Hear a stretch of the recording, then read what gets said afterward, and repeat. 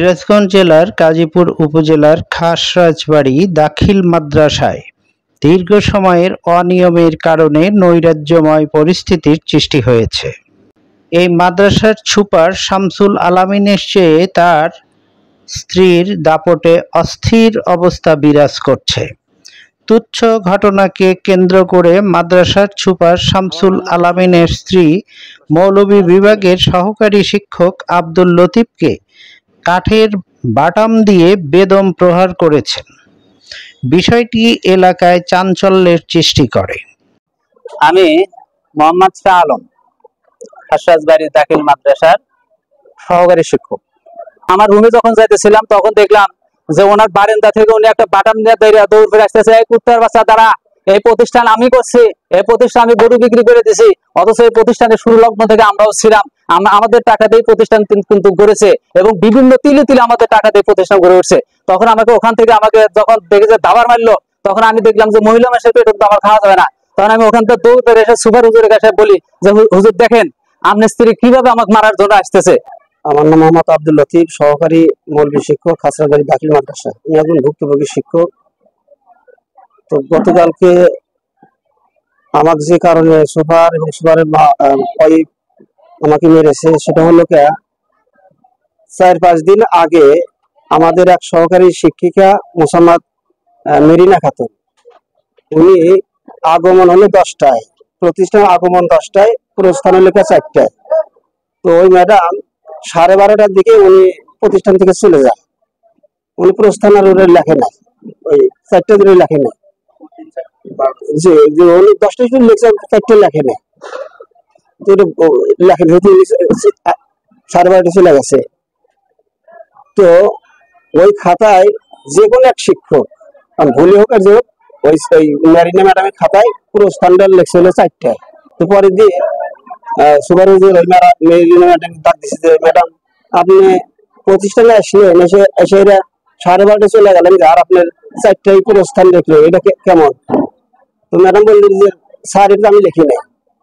গতকাল 10টা থেকে পরীক্ষা শুরু হয়েছে, 1টা পর্যন্ত পরীক্ষা চলছে। তো শিক্ষকের লেখে নেই। তো হুজুর আবার খালি স্মরণ করে যে প্রস্থান লেখেন নাই কে, এটা লেখেন, এটা লেখা দরকার, লেখেন। আমাদের শিক্ষকরা ওই তাড়াতাড়ি মানে সাকর করা যদি ব্যস্ত আগে যাবো গা।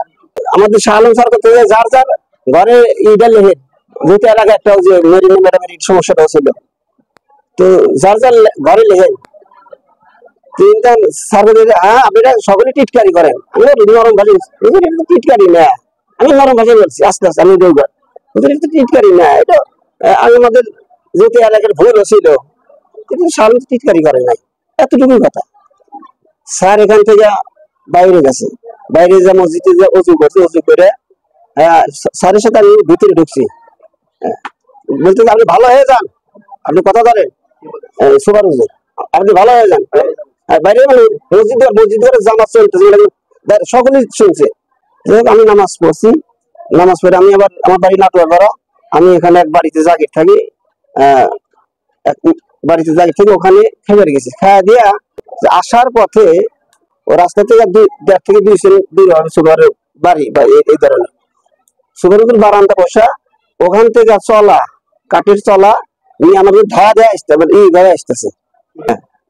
এই কুত্তার বাচ্চা, তুই আমার স্বামী, তুই সুপারের হিসাব নেওয়ার কি?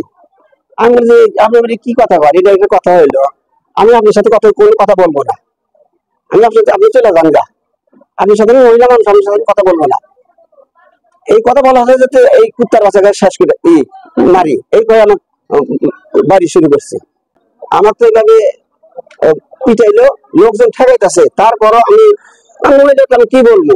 আমি শুধু একটা মহিলা যদি গায়ে হাত তুলি, তাহলে আমি মানুষ থাকি না। আমি শুধু হাত এইভাবে দেয়, আমি শুধু বাড়ি খাসি। হ্যাঁ আমি বিশ্বাস চাই, আমি অবশ্যই বিশ্বাস চাই। আমি মোহাম্মদ শামসুল আলামিন, সুপার খাসরাজবাড়ী দাখিল মাদ্রাসা, গাজীপুর, সিরাজগঞ্জ। আমাদের একটা পারিবারিক ব্যাপারে পরশুদিন আমার স্ত্রীর সাথে এক টিচারের সাথে কথা কাটাকাটির পর্যায়ে তারা এইভাবে একটা আন্দোলন শুরু করে দেয়। সেটা আমার উপরে সেটা বার্তা নিয়েছে এবং কোমলমতি ছাত্রদেরকে এরা আলায়া বুলায়া বুঝায়া তাদের দ্বারা এরকম আমার বিরুদ্ধে একটা স্লোগান তারা দিতেছে আর কি। এটা টিচাররা বুঝাইছে। সব টিচাররা বাইরের টিচার, তারা যেহেতু বাইরের টিচার সবাই এক জায়গায় এসে এক জায়গায় হওয়ার কারণে আমার বিরুদ্ধে এরকম মারধর করে থাকে। যেখানে মারামারি হয়েছে সেখানে লোকজন আছে, তারা কি কারণে, হ্যাঁ কি কারণে মারলো সেটারও একটা অবশ্যই একটা সুরাহা আছে। যেহেতু যেখানে মারামারি হয়েছে সেখানে তো লোকজন ছিল। আমার স্ত্রী একজন মেয়ে মানুষ, সে একজন পুরুষ মানুষে আমার স্ত্রীর উপরে দেখাইছে, কুতাইছে, ছাতি দেয়া। টিচাররা সকালে আসে ঠিকই, তারা 10টায় হাজিরা লেখে, কিন্তু যাওয়ার সময় কেউ হাজিরা লেখে না। 3-4 জন অলরেডি চলে গেছে। আমি তখন ডাক দিয়ে বলছি যে কেন তোমরা যে চলে যেতে চাও, তাহলে তোমাদের প্রস্থান তো এটা তো লিখে যাওয়া লাগবে, এই কথাটা লিখতে হবে, তোমরা লিখতে চাও না কিছু। তো তখন এইখান থেকে একজন খাতা নিয়ে গেল, নেওয়ার পরে আমাদের শাহ মজুর সে বলতেছে যাই আনো আনো আনো খাতা আনো, খাতা আনো, দুটা লেখা দিয়ে যাই, আর কেউ 2টা লিখতে যান ভুল করো না, কেউ কারো ঘরে যান লেখো না, এগুলো বলতেছে। তা আমি আবার 1টা বেজে গেছে, যেহেতু চলে যাবো কাজ, আমি আবার বাইরে যা বললাম যে ওই কেরাই মাস্কারি বাদ দিতে সব লেখা দিয়ে চলে আসে। এই কথা বলিবারে আমাদের লতিফ হুজুর আমার পিছন মুড়াইছিল।